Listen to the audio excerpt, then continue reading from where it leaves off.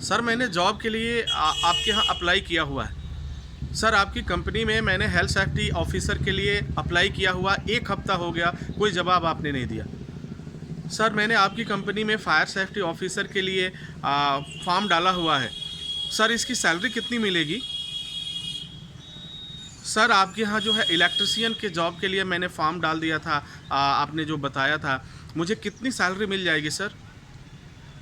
मेरा काम इंडिया में होगा सर या बाहर के देशों में होगा सर?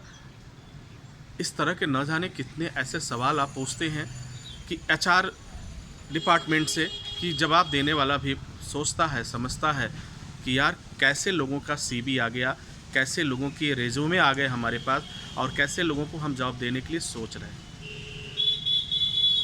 ये मैं नहीं कह रहा हूँ, ये आप कह रहे हैं। अब जब आपको जवाब मिला कि आपने बोला कि सर 1 हफ्ते पहले मैंने आपको सीवी भेजा था और सर अब तक आपने कोई रिस्पांस नहीं दिया, कहाँ पे मुझे ज्वाइन करना है? आपको ही मालूम है कि न तो आपको एचआर ने कॉल किया, न तो आपका इंटरव्यू का वेन्यू बताया गया, न तो आपको इंटरव्यू के लिए कॉल किया गया। उसके बाद भी आप फ़ोन करके पूछते हैं। ज़रा सोचिएगा इसका क्या असर पड़ता है। ठीक है, आपको बार बार सैलरी पूछते हैं। जब तक इंटरव्यू नहीं हो जाता तब तक कोई भी कंपनी आपकी सैलरी का एक रेशियो ज़रूर होता है कि हम आपको जो है 30,000 रुपये से लेकर 60,000 के रुपये के बीच में देंगे, लेकिन वह कैंडिडेट टू कैंडिडेट वैरी करता है। अब एंट्री होने से पहले ही एक आपको बता दिया जाए, कंपनी कभी भी अपनी एक्चुअल सैलरी डिस्क्लोज नहीं करती है, जो अच्छी कंपनी है। हाँ, ये भी ज़रूर है कि अगर जो कंपनी का एक नॉर्म बनाया गया कि हम इतनी सैलरी ही देंगे, उस सैलरी से अगर अधिक सैलरी का कोई बंदा एक्सपेक्ट कर रहा है और वास्तव में उसके अंदर वो बात है, तो कंपनी इससे भी परहेज नहीं करती कि चलो मैंने 70 किया, 75 दे दो उसे, लेकिन उसे लेके आओ। तो प्लीज़ इस तरह के क्वेश्चंस आप लोग एचआर से न पूछें। आप पूछना ही है तो आप सीधा पूछिए कि सर हमने जॉब के लिए आपके यहाँ अप्लाई किया था, कब तक मुझे इसका मिलेगा जवाब, या फिर कब तक इंटरव्यू होने की संभावना है। ये आपका जेन्युइन क्वेश्चन है। अब आपका जो क्वेश्चन होता है सर सैलरी कितनी मिल जाएगी, इंटरव्यू हुआ नहीं, जो आपने जॉब ज्वाइन नहीं किया और आपको पता ही नहीं कि आप किस लायक हैं, फिर आप सैलरी आपने पूछना शुरू कर दिया।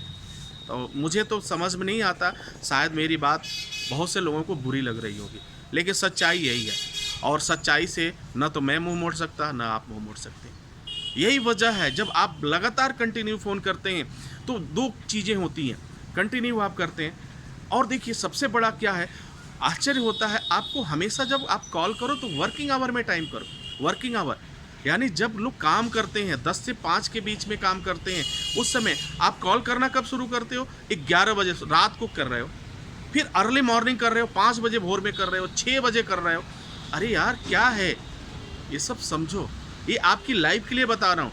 अगर इस तरह के कॉल जाएगा, इस तरह की बातें होंगी, आपका नंबर ब्लैक लिस्ट हो जाएगा, आपके नंबर पर कोई नो रिस्पांस आएगा।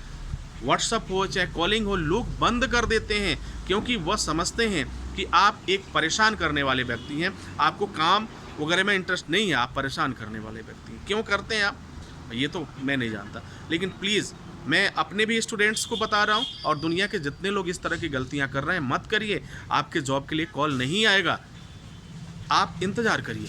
अगर पेशेंस है तो इंतज़ार करिए, या कोई आपके पास जादू हो तो फिर उस जादू की छड़ी को घुमाइए और फटाक से जॉब ले लीजिए, मुझे कोई एतराज़ नहीं है।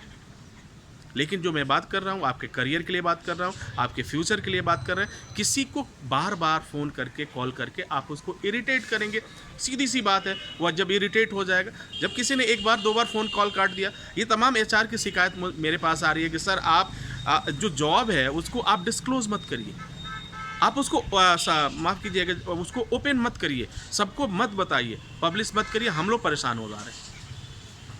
तो अगली बार से मैं भी आपको किसी भी जॉब के बारे में सोचना नहीं दे पाऊँगा। उम्मीद है कि आप समझ पाए होंगे। Wish you all the best. Thank you for watching, thank you for learning.